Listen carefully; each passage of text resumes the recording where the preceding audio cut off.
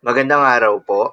Narito na po ang magiging lagay ng panahon ngayong araw ng Biyernes, December 5, 2025.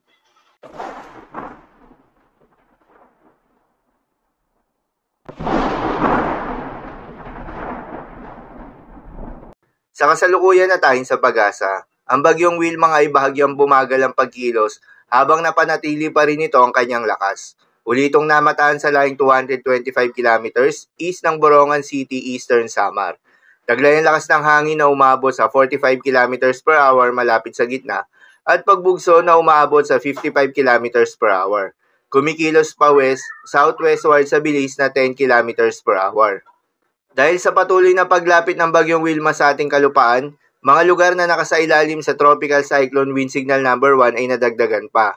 Kabilang dyan ang southern portion ng Sorsogon, mainland Masbate kabilang ang Ticao Islands, Northern Samar, Eastern Samar, Samar, Biliran, Leyte, Southern Leyte, Cebu kabilang ng Bantayan at Camotes Islands, Bohol, Northern and Central portion ng Negros Occidental, Siquijor, northern and central portion ng Negros Oriental, eastern portion ng Iloilo, eastern portion ng Capiz, Guimaras, Surigao del Norte, kabilang ng Siargao at Bukas Grande Islands, Dinagat Islands, northern portion ng Surigao del Sur, northern portion ng Agusan del Norte at Camiguin. Ang mga nabanggit na lugar ay makakaranas ng malakas na hangin with minor to minimal impacts. May mga lugar rin na posibleng makaranas ng pabugso-bugso ng hangin na hindi naman nakasailalim sa Tropical Cyclone Wind Signal na dulot naman ng Northeast Monsoon o hanging amihan sa karamihang bahagi ng Luzon at Visayas. Dahil naman sa epekto ng bagyong Wilma, posibleng makaranas ng heavy to intense rains ngayong araw ang mga sumusunod na lugar kabilang ang Northern Samar, Eastern Samar, Samar, Biliran at Leyte. Moderate to heavy rains naman sa may Southern Leyte, Cebu, Bohol, Negros Oriental, Negros Occidental, Siquijor, Capiz, Iloilo, Guimaras, Surigao del Norte at Dinagat Islands. Sa mga apektadong lugar, ingat sa mga posibleng banta ng pagbaha at pagguho ng lupa, lalong-lalo na sa mga lugar na inuulan na noong mga nakaraang araw pa. Para naman sa magiging lakas at track ng bagyong Wilma, inaasahan na patuloy na kikilos ito pa west, southwestward hanggang bukas, bago ito kikilos generally westward para sa nalalabing forecast period nito.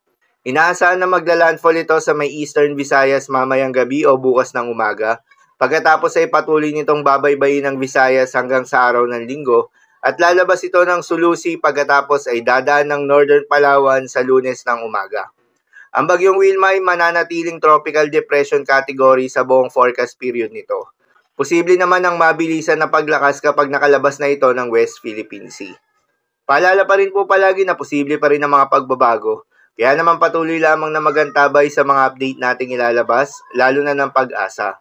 Para naman sa magiging lagay ng mga dagat baybayin, ayon sa Pag-asa ay may nakataas pa rin tayo na gale warning sa mga seaboards ng Northern Luzon, Eastern seaboards ng Central at Southern Luzon, at Eastern seaboards ng Visayas. Kapag ganitong may gale warning, pinapayuhan ng ating mga kababayang mangingisda at yung may mga maliliit na sasakyan pandagat na huwag munang pumalawot sa mga nasabing seaboards dahil inaasahan pa rin yung maalon hanggang sa napakalon na karagatan.